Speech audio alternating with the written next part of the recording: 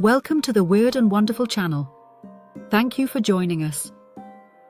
There is a moment, common in old villages and isolated places, when the fire burns low and the room grows quiet, and you realize you are not alone. Not because something moves, but because something watches. In folk horror, that watcher is often a cat. Cats do not announce themselves. They do not rush, or howl, or warn. They sit just beyond the firelight, half in shadow, eyes reflecting something older than the room itself. Where dogs guard and horses carry, cats observe. And in folklore, observation is never neutral. The cat is not a companion. It is a witness. Across centuries of rural belief, cats have occupied a peculiar position. Domestic, yet untamed. Familiar, yet unknowable. They live alongside humans without truly belonging to them, slipping easily between the safety of hearth and the dangers beyond the threshold. This liminal nature places the cat at the heart of folk horror, a genre obsessed with borders, between village and wilderness, faith and superstition, the living and the dead. In many traditions, cats are believed to sense what humans cannot. They see spirits lingering near the sickbed. They detect death before it arrives. A cat that refuses to cross a threshold or fixates on an empty corner is not being strange. It is responding to something unseen. In old belief, cats did not fear ghosts because ghosts feared them. This made cats unsettling housemates. Welcome, but never entirely trusted. The hearth, so central to folk life, was both sanctuary and danger. It was where food was prepared, children slept, stories were told, and where the unseen might slip inside. Cats lay by the fire, guardians of warmth and watchers of intrusion. Yet they were also thought capable of letting things in. A cat crossing the threshold after dusk might bring more than mud on its paws. In folk horror, the cat often appears not during moments of comfort, but after something has gone wrong. A secret kept. A rule broken. A transgression against land, faith, or kin. The cat does not cause the ruin. It arrives to observe it. To sit patiently and watch consequences unfold. Nowhere is this tension clearer than in the figure of the witch's familiar. The familiar was not simply a pet, but an extension of will, a vessel of knowledge, a spy that could pass unnoticed where humans could not. Cats were ideal for this role, quiet, clever, and deeply territorial. They knew the paths between homes, the hidden corners of barns, the unspoken rhythms of a village. In folklore, a familiar does not act independently.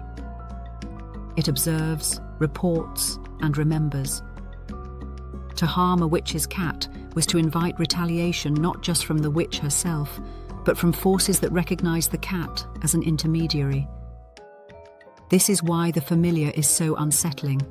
It implies that nothing is ever truly unseen. Even language reflects this unease.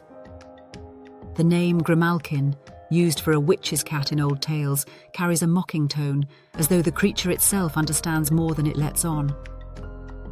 Grimalkin is clever, sardonic, patient. It does not chase, it waits. Beyond the village, the cat becomes something stranger still. In the wild margins of folklore, on moors, in forests, among standing stones, the domestic cat blurs into something otherworldly. The most famous of these is the cat Sith, the great black cat said to wander the highlands. Larger than any ordinary cat, with a white mark on its chest, it was believed to steal souls before they could pass on, unless warded off by ritual and fire. Stories of such creatures suggest that cats are not merely animals, but masks, shapes worn by spirits, fair folk, or wandering dead. In folk horror, shape-shifting is never benign. It implies deception, testing, and judgment. A cat that stares too long may not be a cat at all. This belief fed a deep fear of harming cats. To strike one was to risk vengeance from the unseen world. Tales tell of men who injured cats only to find themselves cursed, sickened, or confronted by witches bearing the same wounds. The message is clear. The cat remembers. Cats also appear in folk horror as symbols of judgment. They arrive silently after tragedy. They linger near abandoned homes. They watch characters unravel under guilt or isolation. Unlike ravens or crows, cats do not announce doom, they confirm it.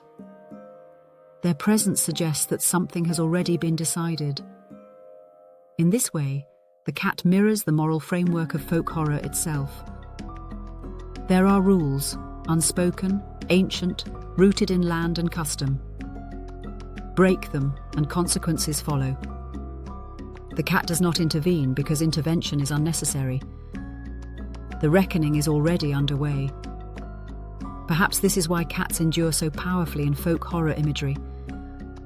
They embody survival. Villages burn. Beliefs fade. Churches crumble.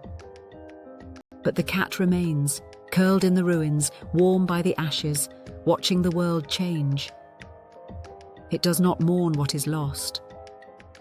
It does not celebrate what replaces it. It simply remains.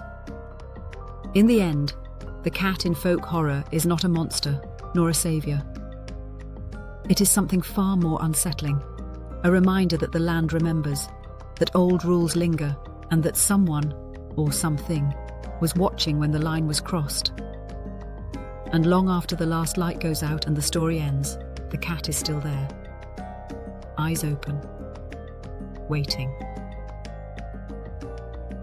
If you enjoyed the video, please like and subscribe. And be sure to check out my folk horror books on Amazon. Be seeing you.